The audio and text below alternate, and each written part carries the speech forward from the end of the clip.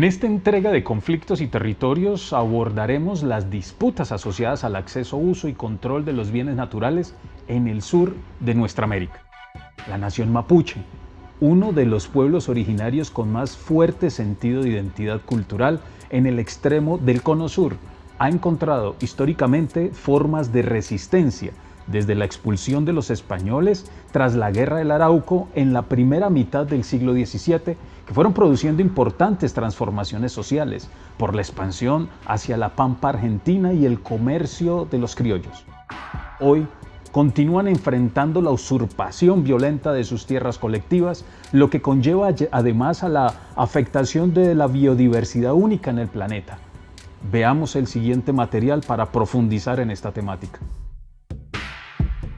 Cuando se trata de la historia del pueblo mapuche, por lo general la información accesible en las escuelas chilenas está centrada en la pacificación de la Araucanía, es decir, desde la perspectiva y visión idealizada de quienes conquistaron el Wallmapu, la tierra ancestral que abarca ambos lados de la cordillera andina. Como en la gran mayoría de América Latina, donde existen más de 650 pueblos indígenas reconocidos por los estados, sus habitantes originarios siguen siendo víctimas de descalificación. Y los del sur del Biobío no son la excepción. La historia del Wallmapu, la nación originaria más austral de Sudamérica, abarcaba del Pacífico al Atlántico, territorio colonizado mediante el robo, la quema de sembradíos, asesinatos y encarcelamientos, dejando en completo confinamiento en una porción reducida de aquel vasto territorio a los sobrevivientes del etnocidio. Fueron los ejércitos los encargados para luego trazar la frontera de los Andes e instalar las repúblicas argentina y chilena. La historiografía oficial ha presentado al mapuche como enemigo de la civilización, mentiroso y traidor, lo que ha servido para el robo de sus tierras, codiciadas por empresas transnacionales y forestales, así como una élite terrateniente con millones de hectáreas bajo su dominio. Especialmente el Estado chileno, durante la dictadura de Augusto Pinochet, llegó al nivel más alto de la usurpación de territorios, entregados a las forestales y a poderosas familias que monopolizan actualmente la economía, las grandes esferas de la producción y de los medios de comunicación. En estos ricos y extensos territorios hay gas, petróleo, minerales y algo muy importante, agua, lo que hace del Wallmapu especialmente estratégico. Dos de los grupos económicos más importantes del país mantienen el control de las tierras, Maté y Angelini, vinculados a la industria forestal y con una gran capacidad de influencia política para defender sus intereses.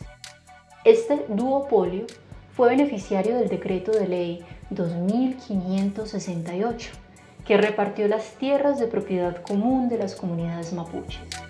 Más recientemente, la política de protección a estos conglomerados, impulsada por el expresidente Sebastián Piñera, denominada Acuerdo Nacional por el Desarrollo y la Paz en Araucanía y el Plan Impulso Araucanía, contempló la completa militarización del territorio ancestral y puso en la agenda pública la discusión sobre la política de tierras y el reconocimiento de los derechos de los pueblos originarios. Una política que resulta sesgada desde una perspectiva occidental y que ha conllevado a decenas de muertes. Matías Catrileo, Camilo Catrillanca, Emilia Herrera y Pablo Marchant son algunas de las vidas que las fuerzas estatales, en conjunto a los guardias que custodian los predios privados, han cobrado en medio de la llamada militarización del Wallmapu. El estallido social del 2019 abrió una luz de esperanza con la Constituyente, fruto de las luchas movidas por las generaciones de jóvenes cansados de un sistema opresor neoliberal, con más de 30 años de políticas antipopulares. Como vemos, los pueblos nativos de nuestra América persistirán desde una perspectiva integral del territorio, exigiendo lo que les corresponde y ejerciendo la propiedad colectiva, distante a la lógica occidental. Los gobiernos aliados al poder hegemónico estadounidense convirtieron al país en un agente económico del mercado mundial, vendiendo sus bienes públicos y privatizando elementos esenciales para la sustentabilidad de las poblaciones, favoreciendo así el desarrollo de empresas extractivas. A esto se suma también los principales medios de comunicación que seguían construyendo una mirada racista del conflicto. Hoy seguimos viendo el aumento de la represión contra este pueblo ancestral, la judicialización y criminalización de sus líderes y defensores. ¿Qué ocurre en las regiones del sur, en el Wallmapu? ¿Continúa la militarización para el beneficio del gran capital? El Estado, lo que nosotros hemos visto, se ha puesto al servicio del empresariado. Es así de simple. O sea, es el Estado hoy día quien resguarda los intereses del poder económico. Y eso es lo que hace además las comunidades. Recordar que nosotros hay mucha presencia policial en las comunidades mapuche. También en el último tiempo, en los últimos meses del gobierno de Sebastián Piñera, decretó un estado de excepción constitucional, por lo tanto los militares estuvieron resguardando supuestamente a las comunidades, pero lo que en realidad hacen es resguardar para que el poder económico, los empresarios sigan usufructando de los recursos que están en las comunidades. Entonces hay una relación muy, muy estrecha entre el Estado y el poder económico. No, entonces eso dificulta muchísimo también los derechos de los pueblos indígenas y especialmente el derecho a la tierra del territorio, porque es el Estado el que ocupa y a través de la fuerza que por una parte, como les señalaba, resguardando al empresariado, resguardando a los camiones que van saliendo con las maderas de pinos y eucaliptos y que están resguardando además todo lo que está pasando dentro de las comunidades. Ahora bien, en el debate de la Convención Constitucional se ha votado en el informe de Forma de Estado que Chile será un Estado regional, plurinacional e intercultural. Teniendo en cuenta las luchas del pueblo mapuche en el marco del proyecto constitucional, ¿cuál ha sido el comportamiento de la Asamblea Constituyente respecto de sus exigencias? ¿Hay un ambiente social y político favorable para el pueblo mapuche cuando continúan avanzando proyectos de corte extractivo e hidroeléctrico? Pues nosotros cuando llegamos a este proceso constituyente en julio del 2021, había una gran apertura respecto al resguardo de los derechos de los pueblos indígenas. Una apertura por parte de las y los convencionales. Y además porque dentro del estallido social, la bandera que se eleva, que se enerva en ese momento, tiene que ver con la bandera que pertenece al pueblo mapuche. Entonces, como que la lucha mapuche fue muy enaltecida en ese momento.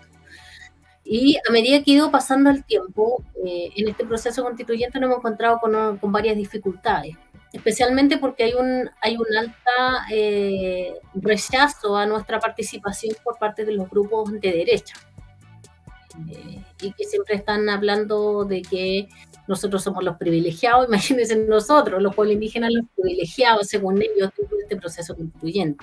Y eso lamentablemente porque ellos, además, como tienen el control de los medios de comunicación, especialmente los medios de comunicación masivos, entonces este mensaje los transmiten y empieza a llegar a la gente.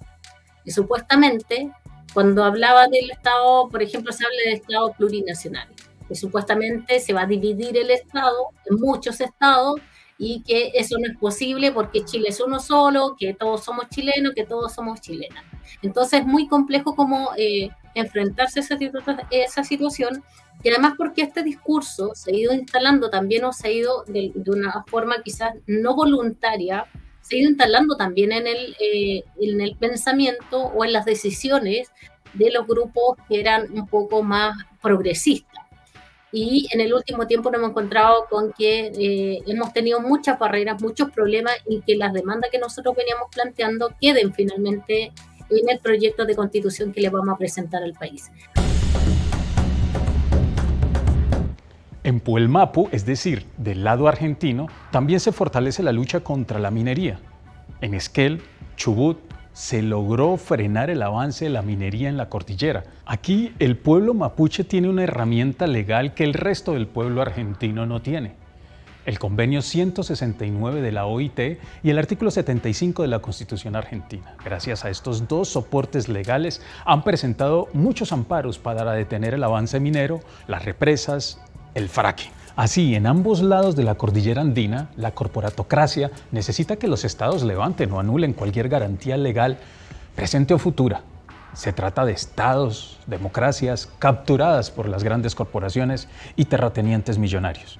En la Patagonia se produjo un genocidio a partir de la ocupación militar del territorio más austral del continente, con el fin de extender las fronteras del Estado Nacional argentino.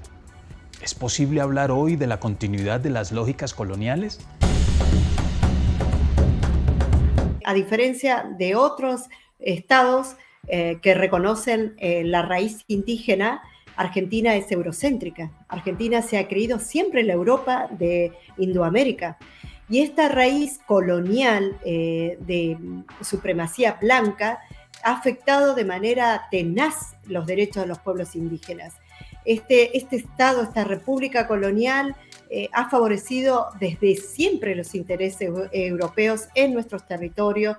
Hay que recordar que la conquista del desierto, la llamada conquista del desierto, que fue un plan estratégico de eliminación, de genocidio contra nuestros pueblos, fue financiado por la corona británica.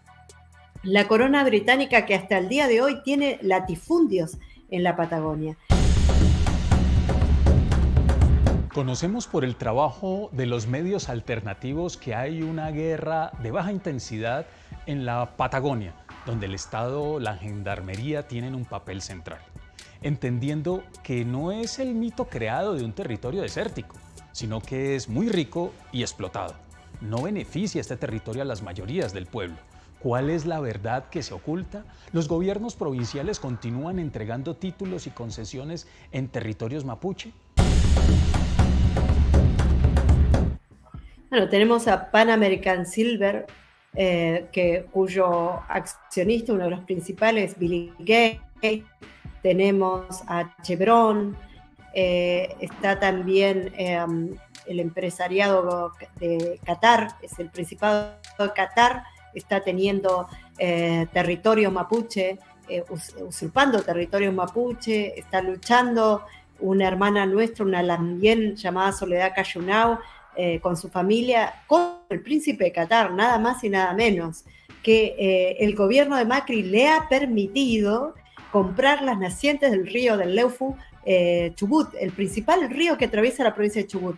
Y esas nacientes, que teóricamente están prohibidas, no deberían ser vendidas porque son también zona de frontera de soberanía, durante el gobierno de Macri se consumó la venta de esas nacientes que hoy, por supuesto, está perjudicando al pueblo mapuche. Tenemos a Ted Turner también, entre otros grandes latifundistas, usurpando territorio mapuche.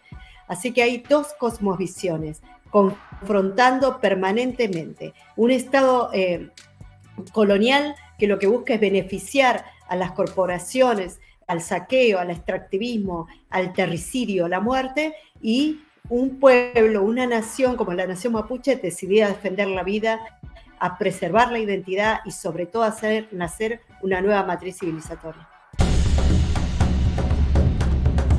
Nos va quedando claro entonces que el despojo se acentúa y se extiende hacia otras condiciones, en tanto que se trata de despojar la tierra, el territorio, pero también la cultura, la costumbre, la historia. 2. El Estado juega un papel central en tanto que favorece solo los intereses de los grandes propietarios, favorece los intereses de las multinacionales, favorece los intereses de los terratenientes y los multimillonarios. 3. La solución no pasa por el diálogo y la concertación, sino que pasa siempre por la militarización de los territorios, por la criminalización y la persecución. 4. Son los pueblos indígenas los que en América Latina y en el sur traerán las soluciones y tienen las soluciones para un mundo en crisis, para un mundo que está mediado por la crisis del capital y la crisis del sistema.